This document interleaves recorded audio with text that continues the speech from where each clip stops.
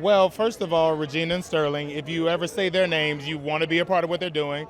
But also, it was the story, especially me being from Atlanta, growing up in the church. It was a script and a story that I felt needed to be told, especially for our culture, especially for our people. Like, we need to be able to laugh at ourselves and also call ourselves out, to just to sort of look at ourselves in the mirror. And I think that's what this movie does.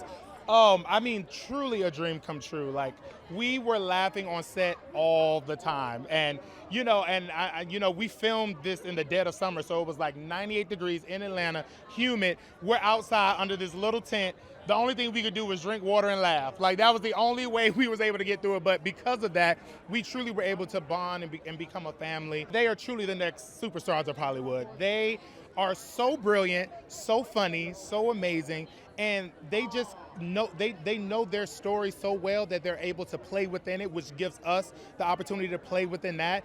I would love the audience to sort of take away not only laughter but also like reflection. Especially those who come from the church community or religious background. It's like, have the reflection to look at it, be able to laugh at it, and also say, how can I do better?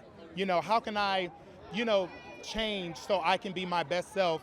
Chasing Regina Hall across a football-sized field parking lot with a mic in the sun. And she, because she didn't have a mic, was saying all the funniest things while following her. That, like, for me, like, we had to do that scene like at least 7 to 8 times, and we just cracked up the entire time. That's probably one of my favorite memories.